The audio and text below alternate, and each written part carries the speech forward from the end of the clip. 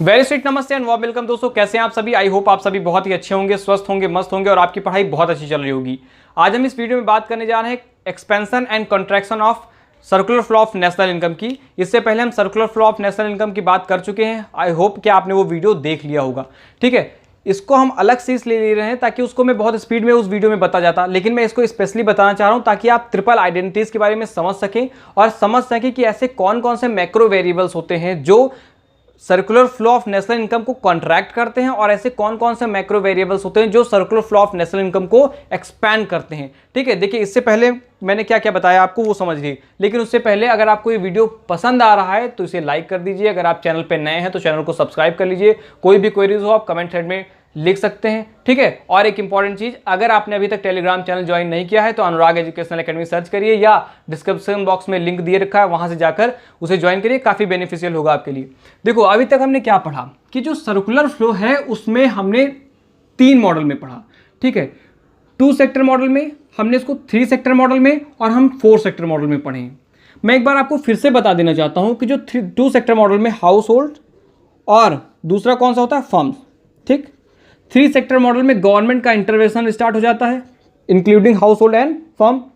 और 4 sector model में जब बात करते हैं तो यहां पर फॉरेन सेक्टर आ जाता है। ठीक है, कौन सा आ जाता है, फॉरेन सेक्टर आ जाता है। मैंने आपको पिछले वीडियो में बताया था कि जो हाउस होल्ड का काम होता क्या क्या है। हाउस होल्ड 2 चीज़ें करते हैं, या तो मतलब या क्या ये करेंगी, कंजप्शन प्लस सेविंग ये करते हैं, प्रोडक्शन प्लस इन्वेस्टमेंट ये करते हैं, यानी ये प्रोडक्शन भी करते हैं, ये इन्वेस्टमेंट भी करते हैं। हाउस होल्ड क्या करता है, खाता भी है और बचाता भी है। गवर्नमेंट क्या करती है, वेलफेयर मोटिव को बढ़ाती है। क्या करती है, वेलफेयर मोटिव को बढ़ाती है।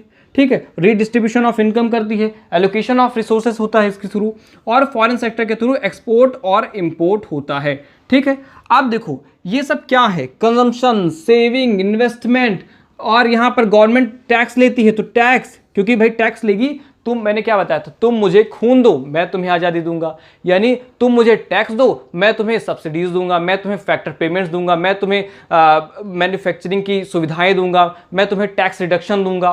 क्या कहा था गवर्नमेंट ने, तो ये टैक्स, ये एक्सपोर्ट, ये इंपोर्ट, ये क्या है, these are the macro variables. क्या है ये मैक्रो वेरिएबल्स हैं जो कि इकोनॉमी में expansion of and contraction of circular flow of national income के लिए जिम्मेदार होती हैं। ठीक है, तो अगर हम ये समझ गए कि ये कौन कौन से फैक्टर होते हैं जो circular flow of national income को बढ़ा देते हैं या एक्सपैंड कर देते हैं, और वो कौन कौन से फैक्टर होते हैं जो circular flow of national income को चिपका देते हैं यानी कम कर देते हैं, यानी कौन इतने से इतना कर देगा और कौन इतने से इतना कर देगा, यानी हम कब इधर जाएंगे और हम कब इस तरफ जाएंगे, तो ये बात समझने वाली है।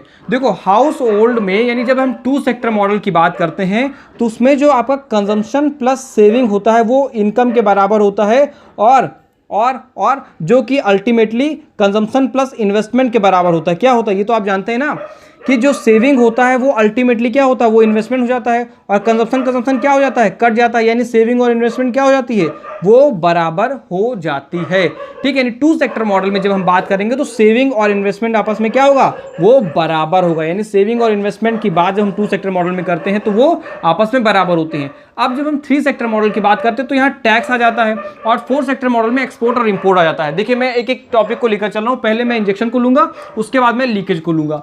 अब इंजेक्शन मतलब मैं आपको पहले इंजेक्शन और लीकेज का मतलब समझा देता हूं। ठीक है, जब आप इंजेक्शन और लीकेज का मतलब समझ जाएंगे तो उसको आप और अच्छे से समझ लेंगे।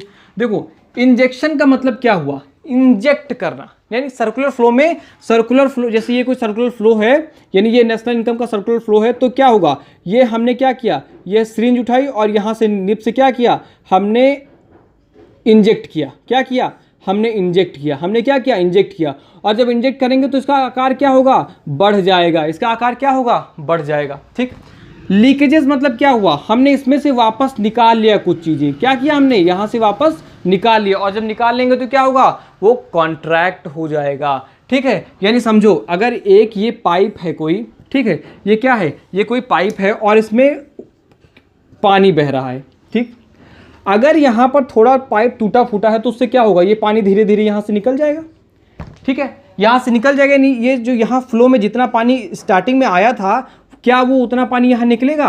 बिल्कुल नहीं, वहाँ कम पानी निकलेगा। क्यों? क्योंकि यहाँ लीकेजेस हैं। तो लीकेजेस के कारण हमेशा क्या होता है, इकोनॉमी में जो इकोनॉमिक कंट्रैक्ट होती है, यानी जो सर्कुलर फ्लो होता है वो पिचक जाता है, वो पीछे की ओर मुड़ जाता है, यानी बैकवर्ड हो जाता है, और वो दब जाता है, यानी वो कम हो जाता है, वो कॉन्ट्रैक्ट हो जाता है।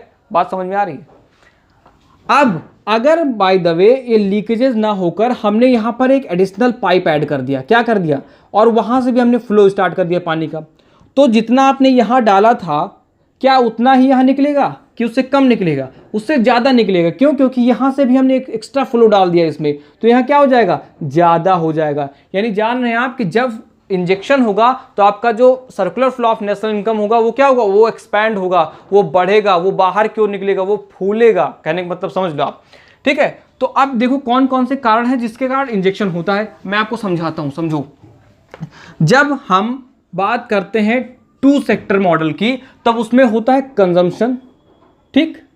कंजम्पशन के कारण आपका जो सर्कुलर फ्लो है वो क्या होगा, वो एक्सपैंड भी होता है, और वो ये एक्चुअली न्यूट्रल वेरिएबल है। ये बाद में जब इक्वल में आता है, जब स्टेबिलिटी कंडीशन में ये जो है न्यूट्रल हो जाता है, ये कट जाता है, ठीक है। y बराबर क्या होता है, कंजम्पशन होता है प्लस सेविंग होता है प्लस क्या होता है, इन्वेस्टमेंट होता है प्लस गवर्नमेंट एक्सपेंडिचर होता है प्लस एक्सपोर्ट होता है माइनस इंपोर्ट होता है। ये आपने पढ़ा है ना, ये पढ़ाना है, मैंने पूरा मल्टीप्लायर आपको इसी के बेसिस पढ़ा दिया है। जैसे हम जीडीपी कैलकुलेट करते हैं तो इन्हीं सबका तो यूज करते हैं। क्यों?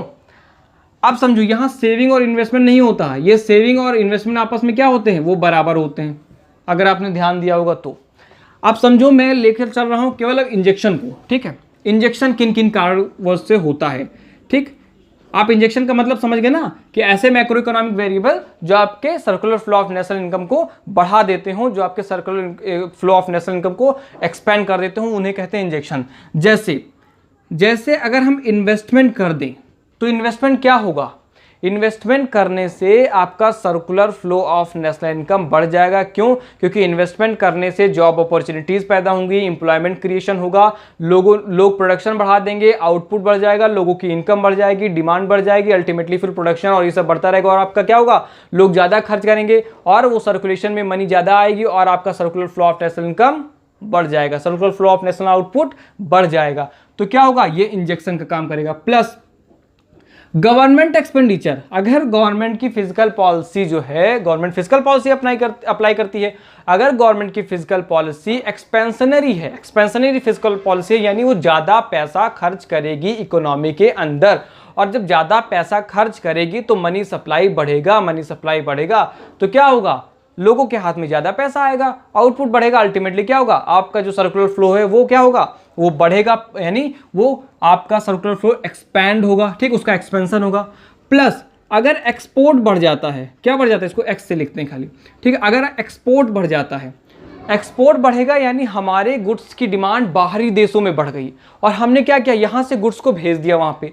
जब हमने भेजा तो फ्री ऑफ कॉस्ट तो देंगे नहीं, उसके लिए हम चार्ज करेंगे, तब जो वो हमें पेमेंट देंगे उसके बदले में यानी इनकम मिलेगी। जब वो इनकम आएगी तो उससे लोगों को, जाहिर सी बात, जब उससे इनकम मिलेगी तो लोग सोचेंगे क्या कि हमारी प्रोडक्ट की डिमांड वहाँ ज़्यादा है, इनकम आ रही है, और प्रोड्यूस करो, लोगों को और एम्प्लॉयमेंट दो, एम्प्लॉयमेंट क्रिएशन होगा, लोग जॉब पाएंगे, और क्या होगा, अल्टीमेटली आपका जो circular flow of national income क्या होगा, वो इतने से इतना हो जाएगा, इतने से इतना हो जाएगा। जब बीओपी की बात करते हैं हम लोग, और बीओपी यानी बैलेंस ऑफ पेमेंट की, तो हम उसको कंट्रोल करने के क्या कहते हैं, एक्सपोर्ट बढ़ाओ, एक्सपोर्ट बढ़ाओ, बाहर से फॉरेन करेंसीज आएंगी, इनकम आएगी, ठीक है। इनकम आएगी तो क्या होगा, आपका circular flow of national income expand होगा, आपका circular flow of national income बढ़ेगा, ठीक है। तो ये कौन से वेरिएबल हैं, ये ऐसे मैक्रो इकोनॉमिक वेरिएबल हैं, ये ऐसे मैक्रो इकोनॉमिक वेरिएबल हैं जो आपकी इकोनॉमी के circular flow of national income को क्या करती हैं, एक्सपैंड करती हैं, आपके circular flow of national income को क्या करती हैं, बढ़ाती हैं। इन वेरिएबल्स के कारण आपका आउटपुट बढ़ जाता है। लेकिन जब भगवान है तो राक्षस भी होते हैं। उसी तरह समझो, जब इंजेक्शन है तो विड्रॉल भी होता है, या इसको कहते हैं लीकेजेस। क्या कहते हैं इसको, लीकेजेस। और लीकेजेस किन किन कारणों की वजह से होता है, आप जानते हैं कि जो सी, मैंने बता दिया आपको कि सी जो है न्यूट्रल होता है। अगर आपको 200 रुपये की इनकम मिल रही है और आपने उस 200 को खर्च ना करके आपने 100 ही खर्च किया, आपने 100 बचा लिया, तो क्या हुई, 100 सेविंग हुई। अगर इन्वेस्टमेंट और सेविंग आपस में बराबर नहीं तो 100 सेविंग हुई, और 100 सेविंग का मतलब क्या, ये अगर सर्कुलर फ्लो है, आपने यहाँ 100 बचा लिया, यानी ये पैसा यहाँ से रिस्क गया मतलब निकल गया, लीक हो गया, लीकेज हो गई, तो ये आपका circular flow of national income क्या हो जाएगा, वो कम हो जाएगा, क्योंकि वहां से मनी सप्लाई कम हो गई। सेविंग के रूप में आपने पीछे अपने घर पे रख लिया, होल्डिंग कर ली, मैंने अपने अलमारी में पैसे रख लिए उठाकर, मैं बाहर निकाल ही नहीं रहा हूँ उसको। जब बाहर नहीं निकाल रहा हूँ तो क्या हुआ, वो जा ही नहीं रहा है बाहर, और बाहर नहीं जा रहा तो circular flow of national income क्या हो गया आपका, कम हो गया। बहुत सारे लोगों ने जो नोट्स होते हैं, नए नए नोट होते हैं, वो क्या करते हैं, अपने बक्से में बंद कर रख लेते हैं, तो उससे क्या होता है, circular flow of national income घट जाता है। उससे क्या होता है, circular flow of national income contract हो जाता है। यानी मनी होल्डिंग जब होती है तब क्या होता है उससे, यानी सेविंग जब हो जाती है, सेविंग, तो उससे क्या होती है, वो लीकेजेस है। प्लस अब जब गवर्नमेंट है, तो मैंने आपको बताया था कि गवर्नमेंट है तो गवर्नमेंट होगी तो टैक्स इंपोज करेगी, क्योंकि जब वो क्या कहती है, तुम मुझे खून दो, यानी तुम मुझे टैक्स दो, मैं तुम्हें बेनिफिट्स दूंगी, ठीक है। यानी जब तुम मुझे एक्स्ट्रा चीजें दोगे तभी ना दूंगे ना, तो टैक्सेस क्या होंगे, टैक्सेस गवर्नमेंट इंपोज करेगी। ये 3 सेक्टर मॉडल की बात कर रहे हैं। अब मैं बार बार बताऊंगा नहीं कि जब मैं गवर्नमेंट की बात कर रहा हूं तो मैं 3 सेक्टर मॉडल की बात कर रहा हूं। जब मैं सेविंग और कंजम्पशन की केवल बात करता हूं तो मैं केवल 2 सेक्टर के मॉडल की बात करता हूं। जब मैं बात कर रहा हूं कि एक्सपोर्ट और इंपोर्ट की, तब मैं 4 सेक्टर के मॉडल की बात करता हूं। और जब मैं सबकी बात करता हूं यानी मैं 4 सेक्टर के मॉडल की बात कर रहा हूं। यानी जब मैं कंजम्पशन भी ले रहा हूं, सेविंग भी ले रहा हूं, उसमें मैं अब गवर्नमेंट का इंटरवेंशन भी ले रहा हूं, मैं एक्सपोर्ट और इंपोर्ट भी ले रहा हूं, यानी मैं उसमें 4 सेक्टर को इंक्लूड कर ले रहा हूं। यानी मैं 4 सेक्टर मॉडल की ही बात कर रहा हूं, ठीक है। जब गवर्नमेंट ने टैक्स इंपोज किया तो आपने एक कॉन्सेप्ट पढ़ा था वाईडी का, याद होगा आपको। वाईडी यानी क्या, डिस्पोजेबल इनकम। और डिस्पोजेबल इनकम क्या होती है, जो आप बिना सोचे समझे, यानी बिना आप किसी रोक टोक के खर्च कर सकें, जिसमें से आपने अगर टैक्स दे दिया तो अगर आपके ऊपर एक्स्ट्रा टैक्सेस लगेंगे, अगर आपके ऊपर एक्स्ट्रा टैक्सेस लगेंगे तो क्या होगा, आपकी डिस्पोजेबल इनकम कम हो जाएगी। जब आपकी डिस्पोजेबल इनकम कम हो जाएगी, यानी गवर्नमेंट ने क्या किया, मनी सप्लाई सक कर लिया। क्या कर लिया, जब इन्फ्लेशन होता है, महंगाई होती है, तो क्या कहते हैं, टैक्स बढ़ाओ। क्यों, ताकि हम इकोनॉमी से एक्स्ट्रा मनी सप्लाई को, एक्स्ट्रा मनी को खींच सकें, जिससे परचेजिंग पावर कम हो सके, जिससे गुड्स की डिमांड थोड़ा कम हो जाएगी, सप्लाई उस हिसाब से हम मेंटेन कर लेंगे और महंगाई कम हो जाएगी। तो टैक्सेस इंपोज करने से आपकी डिस्पोजेबल इनकम कम हो जाती है, और आपकी डिस्पोजेबल इनकम कम हो जाती है, आप कम खर्च करते हैं, आखिर अल्टीमेटली क्या होता है, इकोनॉमी से तो मनी निकल गई ना, टैक्स के रूप में इकोनॉमी से तो मनी निकल गई, बाद में चाहे गवर्नमेंट उसको रिडिस्ट्रीब्यूट ही करे, लेकिन वो इकोनॉमी से तो निकल गई ना। तो क्या होगा, आपका जो circular flow of national income होगा वो क्या होगा, कॉन्ट्रैक्ट हो जाएगा, वो दब जाएगा, ठीक है। तीसरा, जैसे यहाँ पर एक्सपोर्ट था वैसे यहाँ क्या हो जाएगा, इंपोर्ट हो जाएगा। यहाँ ध्यान रखना, जैसे हमेशा जब हम लिखते हैं तो क्या लिखते हैं, हम इंपोर्ट को नेगेटिव में लिखते हैं ना, लेकिन यहाँ क्या जुड़ रहा है, क्यों, क्योंकि हम लीकेजेस की बात कर रहे हैं, ये पहले ही नेगेटिव चीज़ है, ठीक है। इंपोर्ट, हमारे यहाँ रॉ मटेरियल्स की कमी है, हमारे यहाँ मैन्युफैक्चर्ड गुड्स की कमी है, तो हमने क्या किया, बाहर से मंगाया। बाहर से मंगाएंगे तो इतने दानदाता तो है नहीं कि हमें फ्री दे देंगे, वो कुछ ना कुछ उसके लिए चार्ज करेंगे। उसके बदले हमने क्या किया, पेमेंट किया, और पेमेंट हम अपनी उनकी करेंसी, मतलब उन्हीं की करेंसी या डॉलर में नॉर्मल है, अगर देखा जाए डॉलर में करेंगे, यानी अपने यहाँ से अपनी रिजर्व मुद्रा से हमने निकाल कर उनको पैसा दिया। जब अपनी रिजर्व करेंसी हमने उनको दे दी, यानी हमारे यहाँ से क्या हुआ, इनकम का आउटफ्लो हुआ। क्या हुआ, हमारे यहाँ से इनकम गई, हमारे यहाँ से मतलब कहाँ से, हमारे circular flow of national income से, हमारे circular flow of national income से क्या हुई, वो चीज़ें बाहर चली गई, बाहर चली गई, लीकेज हो गया, आपका circular flow of national income दब गया, ठीक है। तो ये कौन कौन से वेरिएबल होते हैं, ये ऐसे मैक्रो वेरिएबल्स हैं जो circular flow of national income में लीकेज का कारण होते हैं। इन्वेस्टमेंट, अच्छा एक चीज और बताऊं मैं यहाँ पर कि जो गवर्नमेंट इन्वेस्टमेंट करती है उसको कहते हैं हम ऑटोनॉमस इन्वेस्टमेंट। क्या कहते हैं उसको, ऑटोनॉमस इन्वेस्टमेंट, जो फिक्स होता है गवर्नमेंट करती है उसको, ठीक है। मैंने आपको ऑटोनॉमस इन्वेस्टमेंट और इंड्यूस्ड इन्वेस्टमेंट में डिफरेंस बताया था, आपने नहीं देखा हो तो वीडियो देखिए, मल्टीप्लायर वाले वीडियोज में मैंने उसको बताया था, ठीक है। अब स्टेबिलिटी की कंडीशन कैसी आती है, आप जानते हैं स्टेबिलिटी, ठीक, कि कब ये जो circular flow of national income stable होगा, ना तो बढ़ेगा ना घटेगा। वो कैसी कंडीशन होती है, वो ऐसी कंडीशन होती है कि जब इंजेक्शन जो होगा, ठीक, इंजेक्शन जो होगा वो लीकेजेस के बराबर होगा। क्या होगा, वो लीकेजेस के बराबर होगा, ठीक, लीकेजेस के बराबर होगा। यानी जो आपका I plus G plus X Y के होगा, वो आपका S plus T plus M के बराबर होना चाहिए। ये जो मैंने ये 3 लगाया मैंने, नॉर्मली इक्वली लगाता हूं, लेकिन यहाँ क्या होता है, ट्रिविज्म कहते हैं इसको, ट्रिविज्म। क्या कहते हैं, ट्रूइज्म। ठीक है, हमेशा के लिए बराबर होना चाहिए। ठीक है, जब आपका इन्वेस्टमेंट, देखो अगर मैं यहाँ पर कंजम्पशन ऐड कर लेता सपोज करो, तो कंजम्पशन क्या होता, बाद में कट जाते तो हट जाते। इसे क्या कहते हैं, इन्हें कहते हैं ट्रिपल आइडेंटिटीज। क्या कहते हैं इन्हें, ट्रिपल आइडेंटिटीज कहते हैं इन्हें।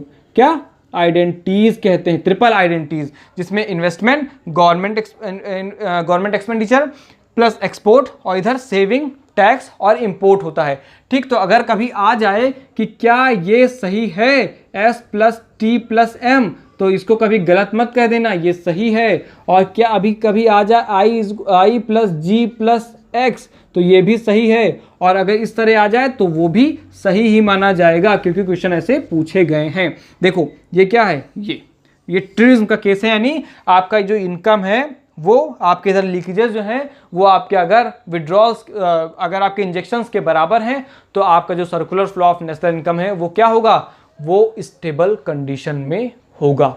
आई होप आपको ये बात समझ में आ गई होगी। मिलते हैं नेक्स्ट वीडियो में।